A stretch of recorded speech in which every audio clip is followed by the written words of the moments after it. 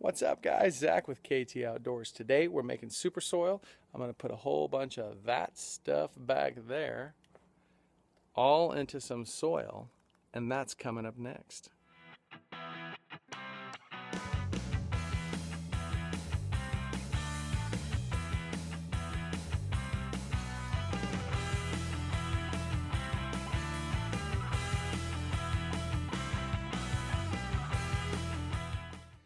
All right, let's rattle off the list of ingredients because I want to try to make this video short for you. Here we go. First up, alfalfa pellets. This is the straight up animal feed variety that's back there behind me. We're going to add some of that. Along the lines of animal feed, this is calcium supplement for chickens. It's oyster shell. We'll put in a little bit of that because that'll add calcium sources to the soil. We've also got just some straight up organic 222 fertilizer. It's got some mycorrhizae in there and all sorts of good beneficial microbes. What's this one made of? It's made of alfalfa pellets, fish bone meal, potassium sulfate, and kelp flour. So lots of good stuff in there, plus all the mycorrhizae. We'll add in some blood meal. We'll add in some bone meal. And then we're going to hit it with a little bit of that azomite and some of this green sand right here, and just try to create a well-balanced fertilizer mix.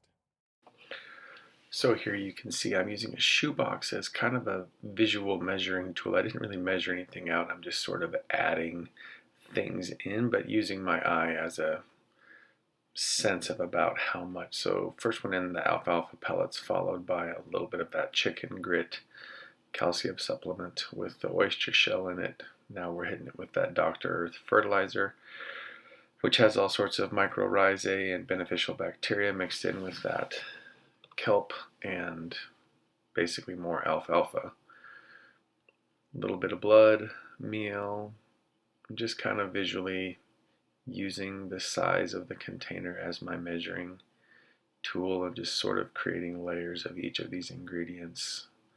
This is bone meal going in, and then we're going to hit it with a little bit of green sand, followed by a couple handfuls of azomite. The green sand and the azomite, more than anything, are adding in trace minerals and lots of the things that are not normally included in fertilizer mixes. The blood meal, of course, is a good source of nitrogen. The bone meal is a good source of potassium and phosphorus and all of those sorts of things, but these last two ingredients are really adding a lot of those elements that are not commonly thought of in traditional fertilizer formulations. Quick mix, and then it will be ready to add to the mixture later on. To that mixture of fertilizer, we're going to add in a bunch of municipal compost, which I have down here behind me. So we'll get some of that. We also have some Coco Core and some Vermiculite and some peat moss.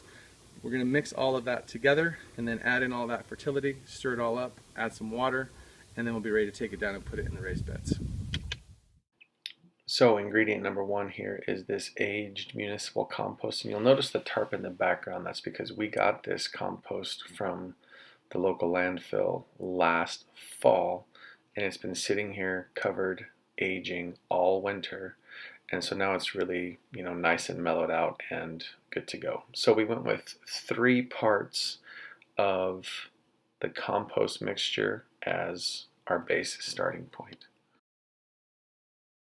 So next ingredient that we used is Coco Core. So this is 100% Coco Core. I've actually had this brick for quite a while, finally getting around to finding a good use for it. So we're going to cut this thing open, and you're going to notice in a little bit of the footage coming up here how insanely crazy the amount of water that thing will soak up is. Like, it starts out as this dry brick, and you start adding water, and it immediately starts falling apart. And before you know it, the wheelbarrow's half full of this crumbly, super saturated, awesome mixture of soil amendment. And so, same bucket, because we're using that as our measuring tool, we're going to do 1 part of Coco Core added to those 3 parts of municipal compost. After the Coco Core gets added in, the next thing we'll add in is a little bit of vermiculite, slightly less than 1 part. It's a smaller bucket, but this will add a little bit of aeration to the soil, give it some porosity, and have some water holding capacity as well. And then the last ingredient will be some peat moss. Peat moss has a slightly acidifying effect. It holds some water once it gets hydrated. I don't think it holds water as good as the Coco Core does, but it does have a bit of a water holding capacity. Mostly we're using this as a bulking agent to add just some more volume to the soil. Plus it makes for a nice light tilth, and the plants seem to really enjoy it. So we're going to go with 2 parts of this peat moss added to the mixture, and that will be it for the bulk ingredients.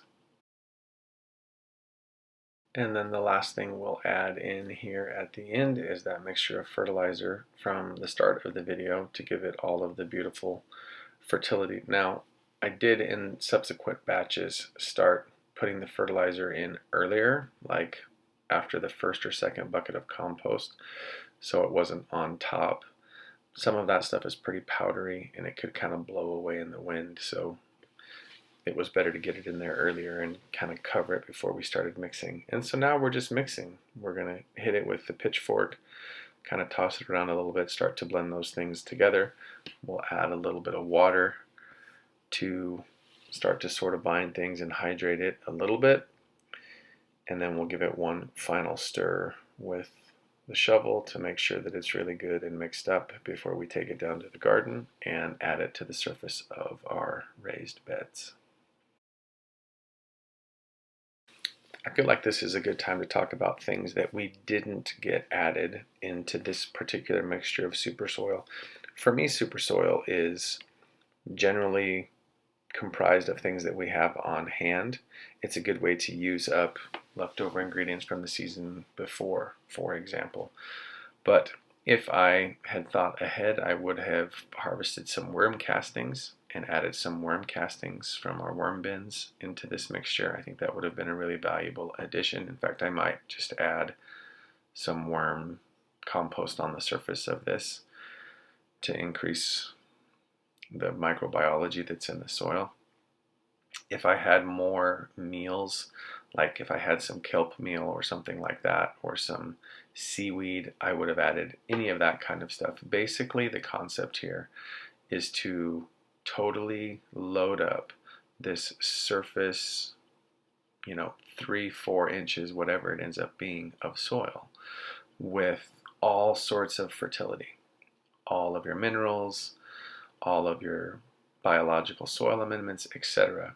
And then as you spread that around and start the gardening process, all of that fertility is going to soak down into the soil beneath it, so it won't get lost through any sort of leaching action from the watering, which will be good. It'll kind of just soak up all that fertility for later down the road. But what it also does is provide your plants with a highly concentrated amount of nutrition at the surface layers, where most of them are going to start life and be looking for nutrients in the immediate beginning of their life cycles. So having those things really front loaded on that surface layer is supremely beneficial, in my opinion.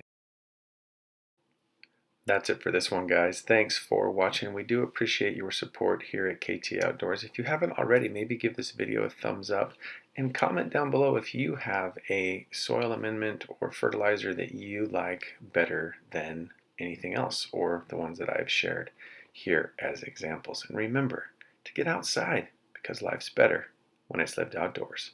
Thanks for watching, and we'll see you next time.